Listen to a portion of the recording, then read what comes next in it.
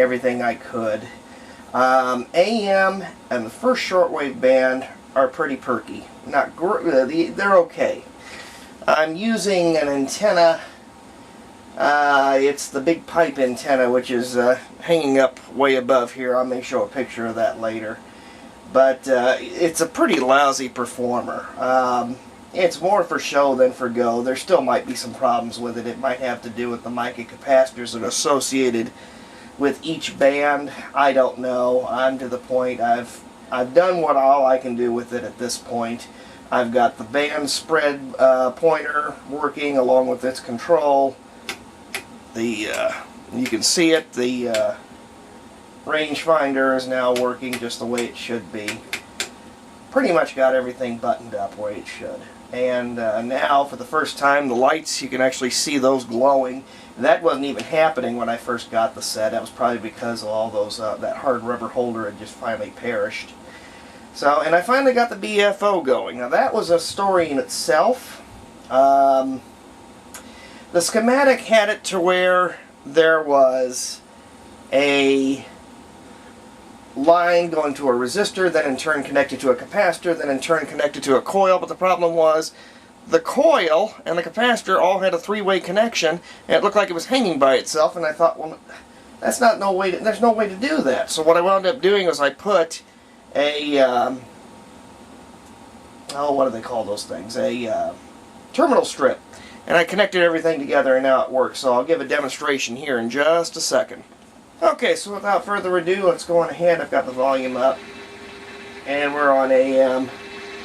The noise you hear, that's from AT&T and their broadband. Thank you very much. But we'll go on ahead and get going here. Band spread set at 100, as they say they should be. And we start. A lot of noise, but enough to where 2 weeks, he's seen an increase not only in gun sales. There's 700 WLW. Gun buyers.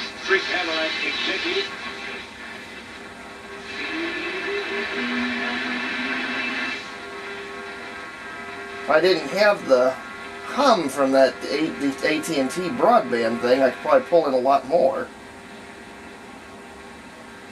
I've got the antenna grounded, and if you see right here, there's also another ground right in this spot.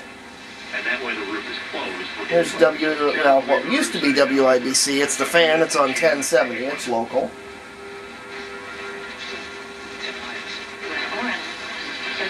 1260. 1310.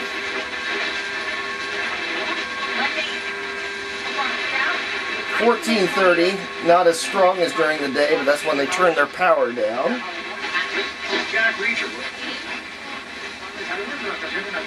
The Spanish station. And my transmitter will work above here. That's what you heard in the beginning. Now let's go. Let's switch it down here.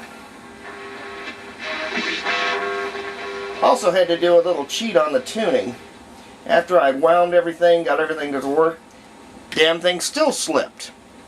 Had to take a little bit of surgical tape. Put it around there. You notice it's got an edge to it. It's got a bit of a tooth for the dial string to grab onto. The other one was just too smooth, and I just didn't want to put in rosin or anything like that, and that took care of the problem. Not the best solution, but for right now it'll work. Now we're on band 2. There's a little bit of the edge of the dial on the AM. And this is fairly early in the evening, so maybe not too much coming in. Well, I'll take that back. Yep, some shortwave stations are in here.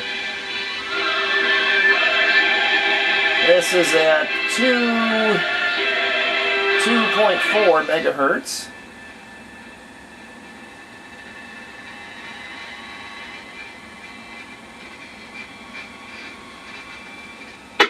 Oh, there's a big one right there.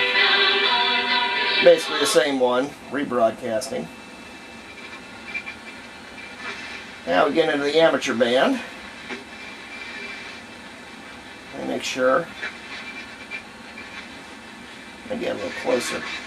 Okay. Now I can demonstrate the BFO. I'm not sure if I got it completely set up right, but it is working. So, we kick it on. It's basically an IF coil with a core, and you screw it in. So we're roughly got it going here. Now I'm going to start with the band spread. Very touchy, I might add, but it can bring up single sideband if you're patient.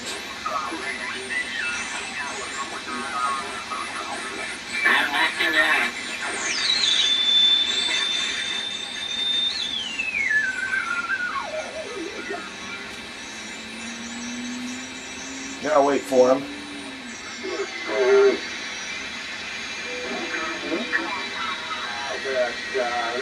There we go. So it can be done.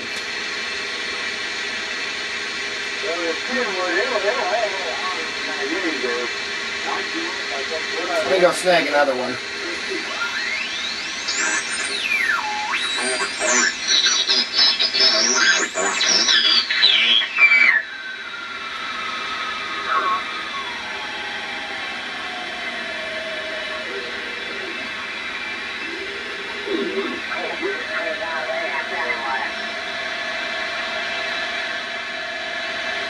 It's probably louder than I am.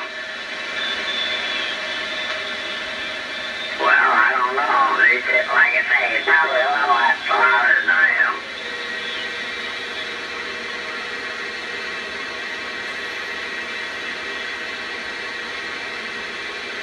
When you get Very touchy, like I said. Band spread doesn't help much either. It's not as geared as it should be. Now we'll bring it back down to around 1.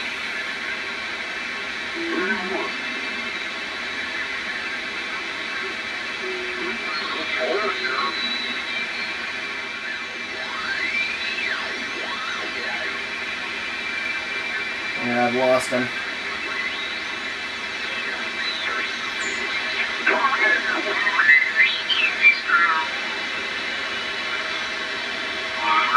If you don't want to put on more, then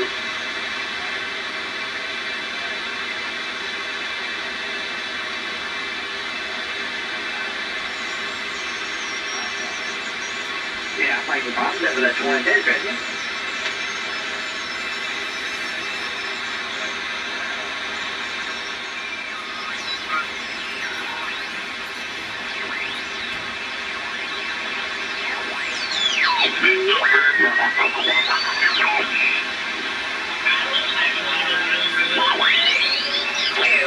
Keyboard JBD over. 3-element Yankee is an M square. Is an M square 3-element Yankee made in California. Yeah, I got one. Not bad for 1930s technology.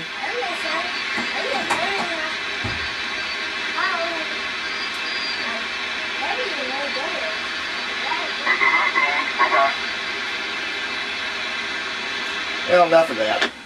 Now, put the pitch back in. Drops off sensitivity about that point. So, alright, now we'll go to band 4. As you can see, just drops off like a cliff. Here's 31 meters. I should hear something. Nothing. At one point, it was bringing in some stations, but at this point it's just quit. I don't know what's going on with that. It would bring a few in here and there, but not all that great. Let me see. And then the low end band here.